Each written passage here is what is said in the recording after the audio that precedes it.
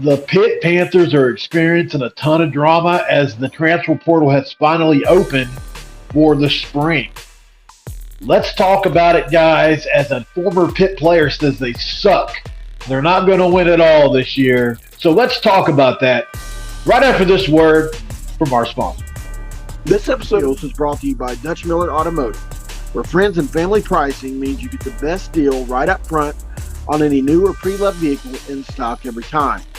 With brands like Chevrolet, Chrysler, Dodge, Jeep, Ram, Kia, Hyundai, Ford, GMC, Buick, and Subaru, the Dutch Miller Automotive family is always growing and ready to put you in the car or truck you've been searching for. Check out our inventory today across West Virginia at DutchMillerAuto.com or come in today to the home of friends and family pricing, only at a Dutch Miller Automotive store near you.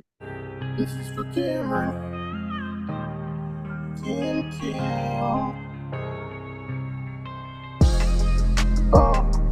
What is up, guys? Welcome back in. My name is Mountaineer Paul.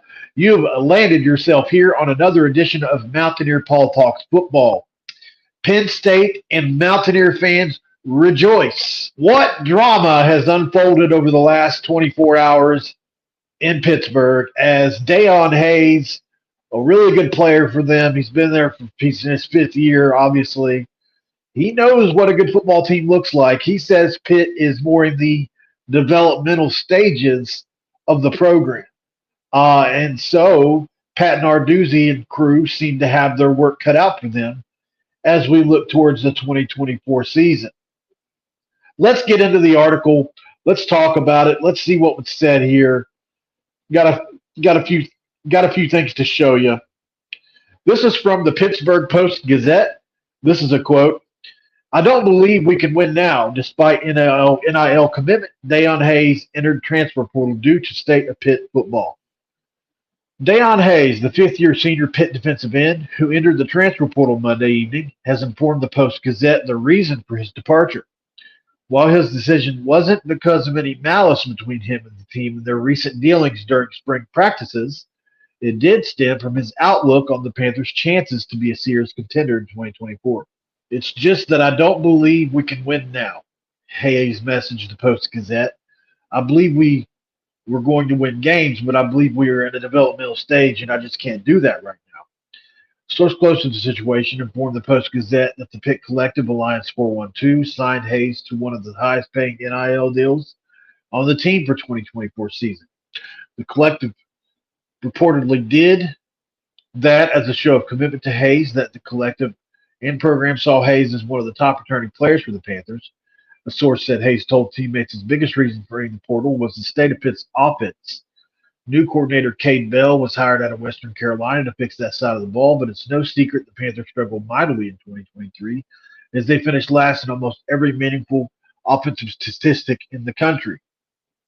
Hayes, a 6'3", 230-pound defensive end, was entering his fifth year with the Panthers after being a four-star 2020 local recruit out of Westinghouse.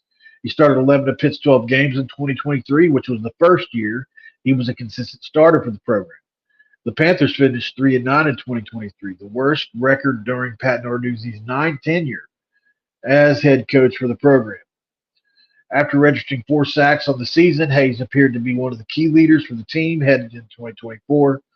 Freshmen like four-star defensive end Sincere Edwards had recently spoken of Hayes as a definitive leader on the team, both in the field and the classroom.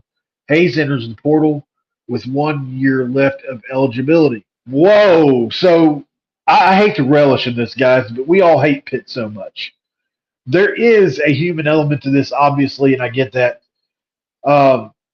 Before we go any further, I guess I should also point out that he did issue an apology.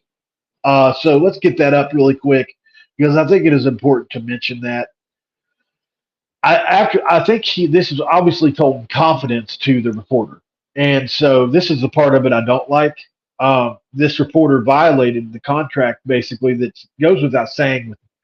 There's no way he knew. The way the reporter looked at it was, well, I mean, he's leaving anyway. He's no good to me. And it's unfortunate for the kid, but apologies to Coach Narduzzi, my teammates in Pitt. I fully understand what's going on around the media And I want to say that despite what is being said, I do have a lot of faith in this team and believe in everything they have to offer. They made me the player I am today. I started with Pittsburgh, and I'm always going to be a home. But this is a business, and I think my time here has come to an end. My future will remain in God's hands. So please respect my choices, and it always held Pitt. So he had to backpedal, obviously, a little bit here. But at the end of the day, if it's a business, then why didn't you accept the largest NIL offer on the team? So I don't buy it. The team sucks, and he can get probably a similar or better offer elsewhere, maybe Morgantown. Just saying, maybe Penn State. Just saying, but it's not going to be at Pittsburgh, right?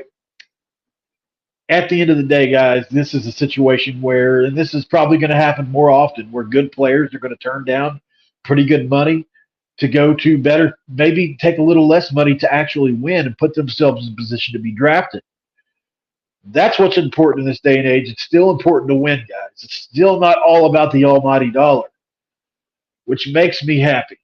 I'm glad that that's the case. I hate how some of this turned out for the kid as somebody who talks to players sometimes and has privy to certain information. I certainly don't like it when info is released like this, or if it's released without the consent of the player or a coach or whoever it might be.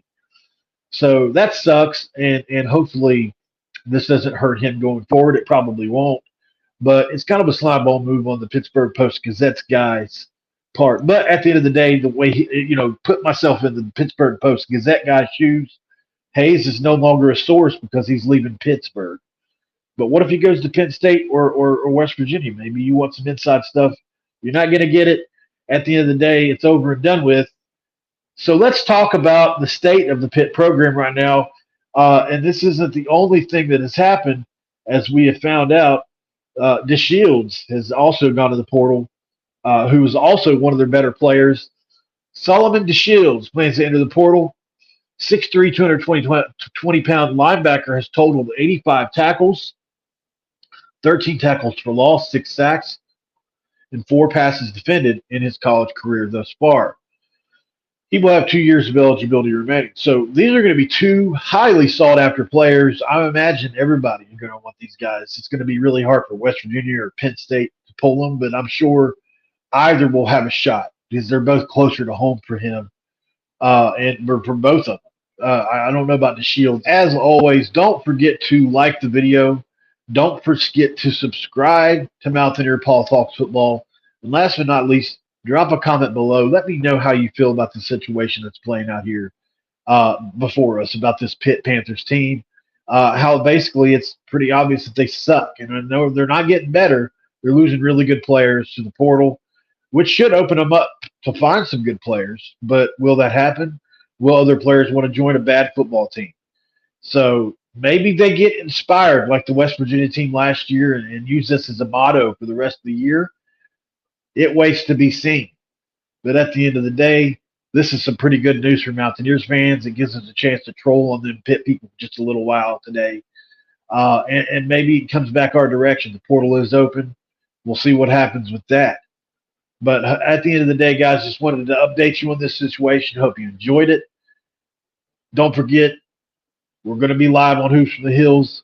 Keep subscribed over there, guys. If you don't want Mountaineer basketball content, Hoops from the Hills is your spot. We've got something huge in the works right now, guys. Huge in the works right now. So get over to Hoops from the Hills and subscribe. Don't forget about Couz's Corner. And keep coming back. Hope you enjoyed this episode of Mountaineer Paul Talks Football. This episode is over. I am out.